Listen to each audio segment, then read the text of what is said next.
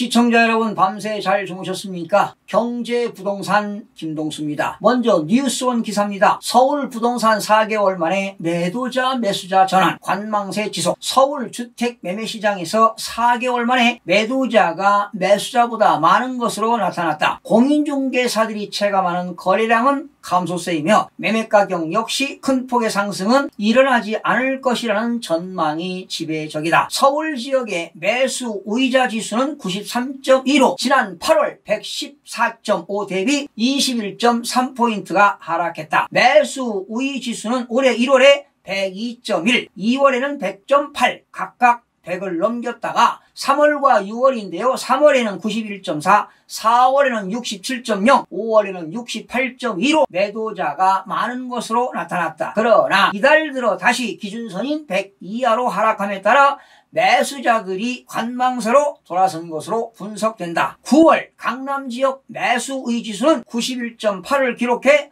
전월 112.1 대비 20.3포인트가 하락했다. 강북 지역도 97.4로 전월 117.0 대비 22.3포인트가 내려갔다. 여러분, 지난해 12.16 대책을 발표하고요. 올 1, 2월에 매수자 우위지수가 100을 넘겼습니다. 아울러 올 6.17 대책과 7.10 대책을 발표한 전후에는 시장이 과열되면서 매수자 우위지수가 7월에는 무려 132까지 올라갔습니다. 바로 이것은 무엇을 방증하는 것입니까? 일관성 없는 누더기 정책으로 내성이 강해진 탓입니다. 지난 6월과 7월의 거래량은 역대급 거래량을 기록했습니다. 그런데 말이죠, 이사철 성수기인 9월 매매 거래량은 2006년 이후 역대 최저치를 기록할 전망입니다. 왜 이런 현상이 벌어지고 있는 것입니까? 어쩌면 시장 경제가 아닌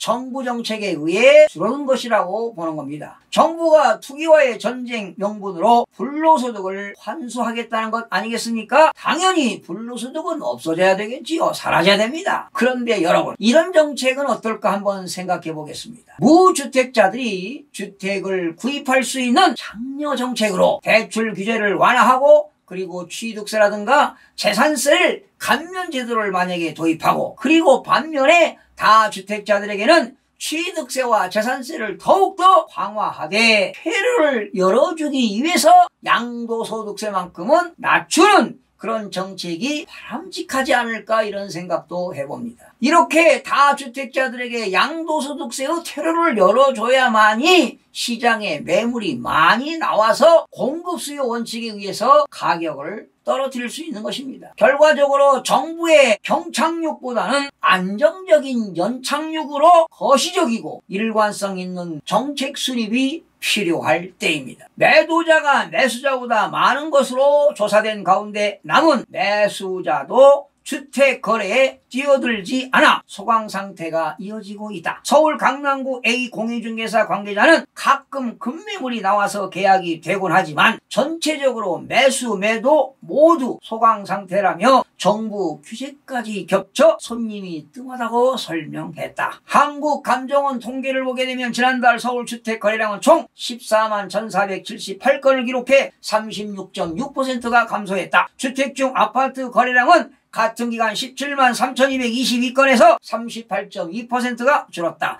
이달 거래량 통계는 다음 달 중순에야 나오겠지만 거래량 감소세는 계속될 가능성이 크다. 여러분, 9월 들어서 100 이하로 하락하고 있지만 매수자들은 관망세가 두드러지게 지금 나타나고 있습니다. 그 이후로는 법인과 다주택자들은 초강력 세금으로 살 수가 없고요. 주거 목적인 매수자들은 더 떨어지기만을 기다리고 있는 것입니다. 추석 이후 부동산 시장의 하락장은 계속 이어질 것으로 보입니다. 2대1 기사입니다. 서울 아파트값 12년 만에 처음 평균 10억 돌파. 월간 KB 주택가격 동향 자료에 따르면요, 9월 서울의 아파트 평균 매매가격은 10억 312만원으로 2008년 집계 아래 10억 원을 돌파했다. 1년 전인 작년 9월 8억 451만원과 비교하면 1억 6,261만원이 올랐고, 2년 전과 비교하면 2억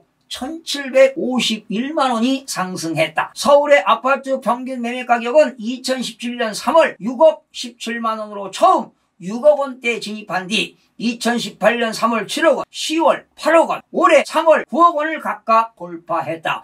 9억 원을 넘은 지 불과 6개월 만에 10억 원을 돌파한 셈이다. 이렇게 가격이 상승하는 것을 보면은 이게 바로 거품이 아니겠습니까, 여러분? 월 기준으로 서울에서 평균 아파트 값이 가장 비싼 지역은 강남구로 나타났다. 전용 85제곱미터짜리 아파트를 사기 위해서는 평균 18억 2173만 원이 필요한 것으로 집계됐다. 다만 2년간 상승폭을 보게 되면 서울 외곽의 중저가 아파트 약진이 두드러진다. 노원구는 39.3%, 금천구 38.7%, 중량구 37.1%, 강북구 37.0% 등이 가장 큰 폭으로 올랐다. 여러분, 이런 것들이 정상적인 가격 상승이라고 보십니까? 바로 이것이야말로 부동산 거품입니다. 서울 강남의 아파트 전용 면적 85제곱미터 아파트 평균 가격이 18억 2173만 원입니다. 바로 어마어마한 가격 수치인데요. 가령 한 달에 300만 원씩 저축을 한다면 600개월입니다. 이렇게 600개월 이상이 소요되는 것입니다. 50년 이상이 걸리는 셈입니다. 죽는 그날까지 저축을 해도 강남 집을 살 수가 없다는 결론 아닙니까? 사실 강남 4구뿐만 아니라 서울 세종 아파트 값은 고평가되었다고 보시면 됩니다. 반드시 거품이 빠져야 되지 않겠습니까? 뉴시스 기사입니다. 가속도 붙은 전세 월세 매물 역전, 씨마른 전세. 서울 동대문구 이문동 700가구 규모 이문 레미안 아파트는 현재 전세 매물이 자취를 감췄다. 대신 월세나 반전세만 5건이 매물로 나와 있다. 가뭄에 콩나듯 하는 전세 매물은 나오는 즉시 사라지고 남은 전세 물량도 집주인들이 반전세나 월세로 바꾸고 있다. 지난 28일 기준으로 서울 아파트 월세 매물은 9,040건으로 전세 매물 8,727건보다 313건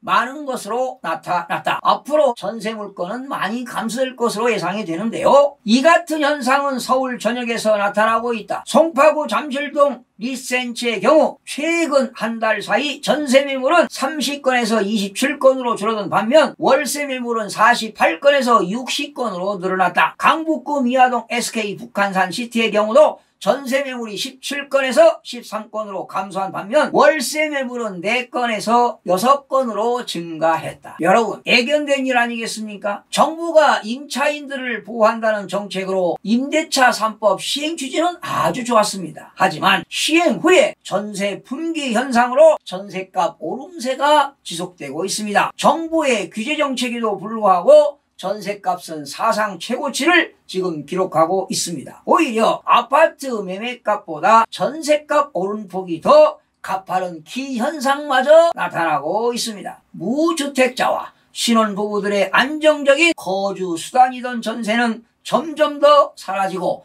반전세나 월세가 증가하는 추세입니다. 신혼 초부터 월세 인생이 돼버린 것입니다. 결국 임대인과 임차인 모두 손해를 보고 있는데 정부의 세수만 늘었다는 목소리가 나오고 있습니다. 안타까운 현실이 아닐 수가 없네요. 집주인 입장에선 기존 계약에 대해 전세 보증금을 5% 이상 올리지 못할 뿐만 아니라 지금과 같은 저금리 상황에서 전세 보증금이 매력적이지 않다는 것도 월세 전환을 가속화시키는 요인으로 작용하고 있다. 동대문구 이문동의 한 중개업소 대표는 정부가 임대차 보호법을 손대고 난 이후에 전세 보증금을 마음대로 올리지 못하게 돼서 차라리 월세나 반전세로 돌리겠다는 집주인들이 많다며 전세 물건은 나오는 즉시 바로 계약이 이루어지고 있어 거의 매물이 없는 상황이라고 설명했다. 4개월에서 5개월가량이 지나면 전세 가격이 안정세를 되찾을 것으로 보고 있지만 시장의 예상은 다르다. 다른 중개업자는 전세 매물 자체가 없는 데다 매물이 나오면 일주일 안에 거래가 되고 있어서 가격이 떨어질 것 같지 않다며 추석이 지나면 전세 가격이 더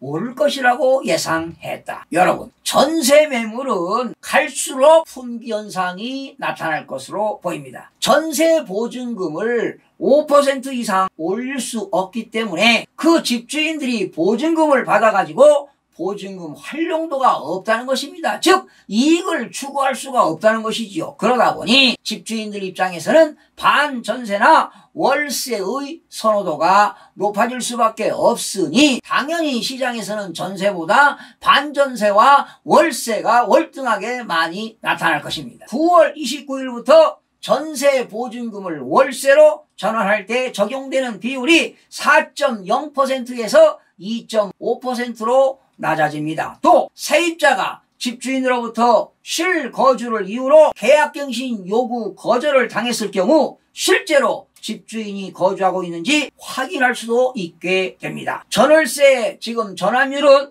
한국은행의 기준금리에 시행령이 정하고 있는 이율 2.0%를 더해 산출하는 것으로 현재 기준금리는 0.5%입니다. 집주인 입장에서는 보증금을 올려받는 것보다 월세를 받는 것이 예금 이자율보다 유리하다는 것입니다. 뉴스원 기사입니다. 은퇴 이후 가난해져 66세 이상 빈곤율 OECD 최고. 우리나라 66세 이상은 은퇴 연령층의 소득 분배 지표를 분석한 결과 중위소득 50%에 미치지 못하는 상대적 빈곤율은 44%로 OECD 가입국 중 가장 높은 것으로 나타났다. 미국이 23.1%, 칠레가 17.6%와 비교해도 2배가 넘는 규모다. 한편 정부의 노인 일자리 확대 정책으로 고령자의 고용률은 증가 추세다. 지난해 65세 이상 고령자의 고용률은 32.9%로 전년 31.3%보다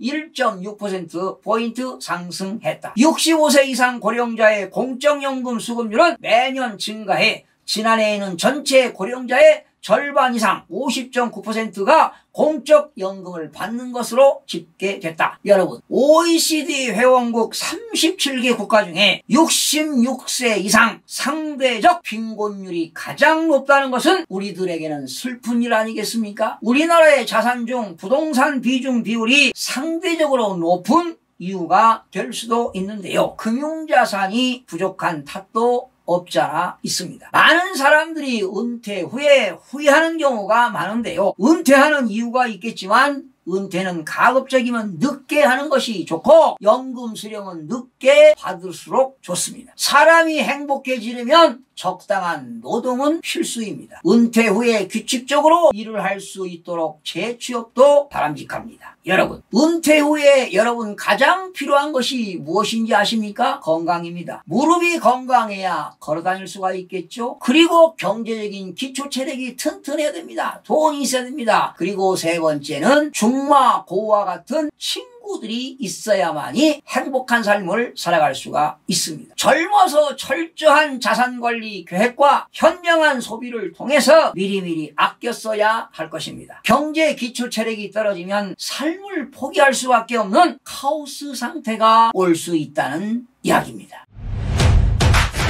마지막 뉴시스 기사입니다. 나랏빛 브레이크 재정준칙 추석 이후로 발표 연기. 급격히 불어나는 나랏빛에 제동을 걸 재정준칙 발표 시점이 연휴 이후로 미뤄졌다. 세부 기준이나 요건을 두고 정치권과 조율을 이어가고 있는 것으로 보인다. 기획재정부는 국가채무 비율 제한선 등 구체적인 지표를 국가재정법이 아닌 시행령에 담는 방안을 추진하는 것으로 전해졌는데 시행령은 국회를 거치지 않고 고칠 수 있어 재정준칙을 도입하는 의미가 퇴색된다며 야당에서도 이를 강하게 반대해왔다. 기획재정부는 일찍이 재정준칙을 유연하게 만들겠다고 선언한 상태다. 국가적인 위기가 다시 발생했을 때 재정준칙이 발목을 잡아서는 안 된다는 논리다. 당시 2021년도 예산안을 함께 내놨던 기획재정부가 2020년 839조 원인 국가채무액을 2024년 1327조까지 늘어난다고 밝히면서 재정준칙을 도입하자는 목소리가 더 커졌다. 정부가 제4차 추가 경정 예산을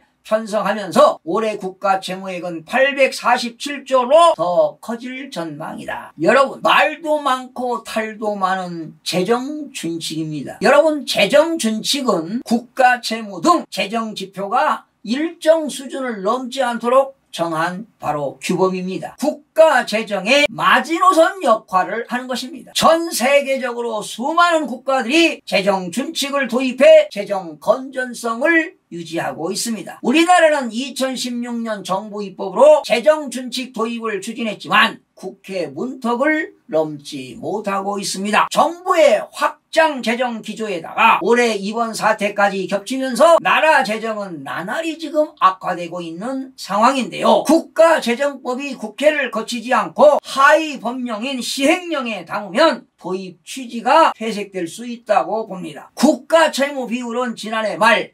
38.1%에서 올해는 대규모 적자 예산으로 연말에는 43.9%까지 상승할 전망입니다. 예산정책처는 고령화와 저성장으로 우리나라 국가 채무 비율이 2040년도에는 103.9%, 2060년도에는 159.7%로 급등할 것으로 내다보고 있습니다. 지금 국가 채무는 1,700조에 육박하고 있습니다. 이번 사태 재확산 지속으로 자영업자라든가 소상공인들은 물론 대기업들까지 휘청거리고 있습니다. 미중유 사태 속에 재정정책의 역할은 어느 때보다도 중요한 시기입니다. 시청해주신 여러분 고맙습니다. 추석 명절 연휴 잘 보내시기 바랍니다. 마음이 드셨다면 구독, 좋아요 꼭 부탁드리겠습니다. 고맙습니다.